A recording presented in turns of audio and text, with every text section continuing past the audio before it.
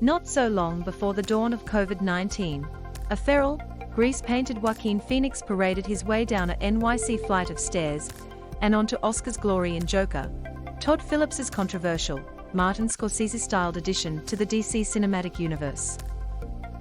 Phoenix returns to the silver screen in Mike Mills's outwardly modest, humanist drama Come On, Come On, as soft-hearted radio journalist Johnny, a man touched by an unarticulated melancholy, but still enough of an idealist to rove the United States interviewing young people about their visions of the future.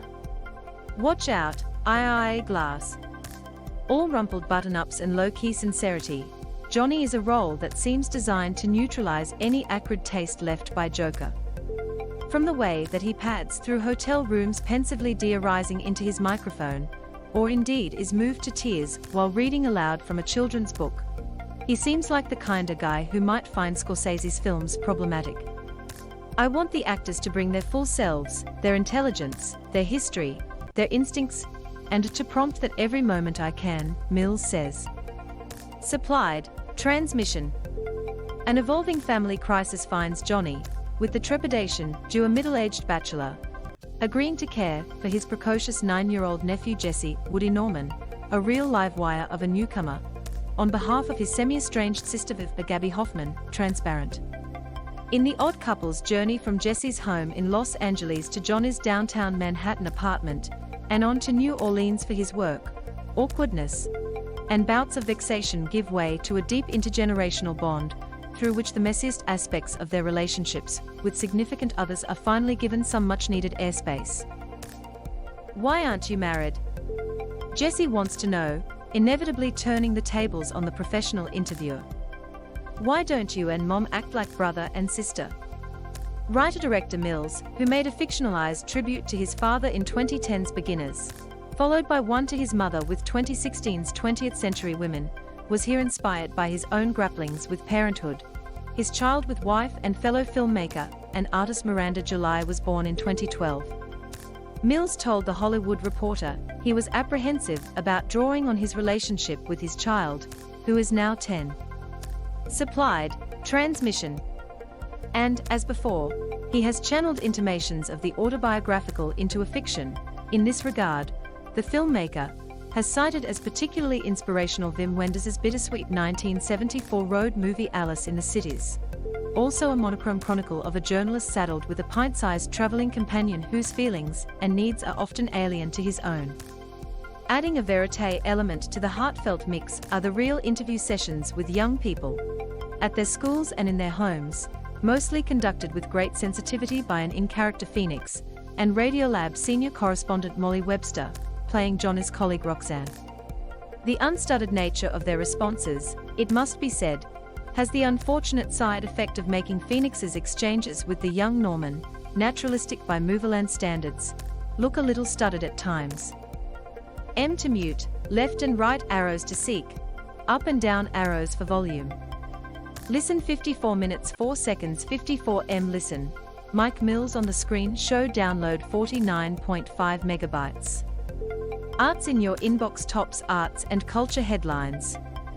Your information is being handled in accordance with the ABC Privacy Collection Statement email address subscribe. Like the archival imagery that punctuates both Beginners and 20th Century Women, Mills has a collageous sensibility, and is also fond of weaving in written quotations. These interview sequences work to situate a small-scale narrative within the broad sweep of a cultural moment. They are gestures beyond the story's frame to the great expanse of life beyond it. But, much like the lesser episodes of This American Life, Johnny's radio project and Mills's by proxy sometimes registers as trite. With each interviewee given the space of just a sentence or two in the film, they can do little more than offer halting generalizations. Taken collectively, these yield only vague insight into how the country's youth feel about such hefty subjects as climate change, war, and self-expression, tantamount to a sort of non-committal, speculative optimism. Mills on working with Webster, she taught Joaquin how to use the equipment. She really was like a built-in authenticity tester. Supplied, transmission.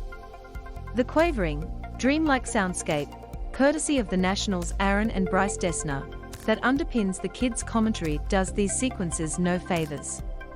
nor do the accompanying streetscape montages, with Robbie Ryan's grayscale cinematography bringing the film's variegated urban environments into the same bland key. It's integral to the design of the film as part documentary that Johnny, whatever his other insecurities, have total faith in the import of his project. The same cannot be said of Philip Winter, the journalist played by Rudiger Fogler in Alice in the Cities, also tasked with conducting a survey of nothing less than America itself. Philip is a frustrated writer who has resorted to documenting his cross-country journey in Polaroids, hoping that the words will follow. And yet even his photos disappoint. They never show what it is you saw, he laments. When you're in a documentary mindset, you're in a very non-aggressive, sensitive, receptive kind of way of working, Mills told the Screen Show. Supplied transmission. This difference in temperament is perhaps instructive. In Alice in the Cities, connections are founded on mutual disconnection. The German Philip is adrift in a foreign land. Alice is abandoned by her mother and are ultimately fleeting. The film's final scene makes no promises with regards to the future of either character. Come On, by comparison, builds towards a neat resolution and sees the task of caring for a child for the future, if you will, through far dewier eyes. Wenders may have been the most sentimental of the filmmakers marshaled under the new German cinema label, but Mills is in a different league. That much, I'll grant, is a matter of personal taste. More off-putting, however, is a certain knowingness that permeates the film.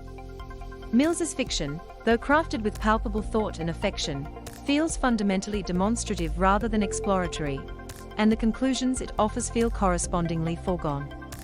Come On is in cinemas now.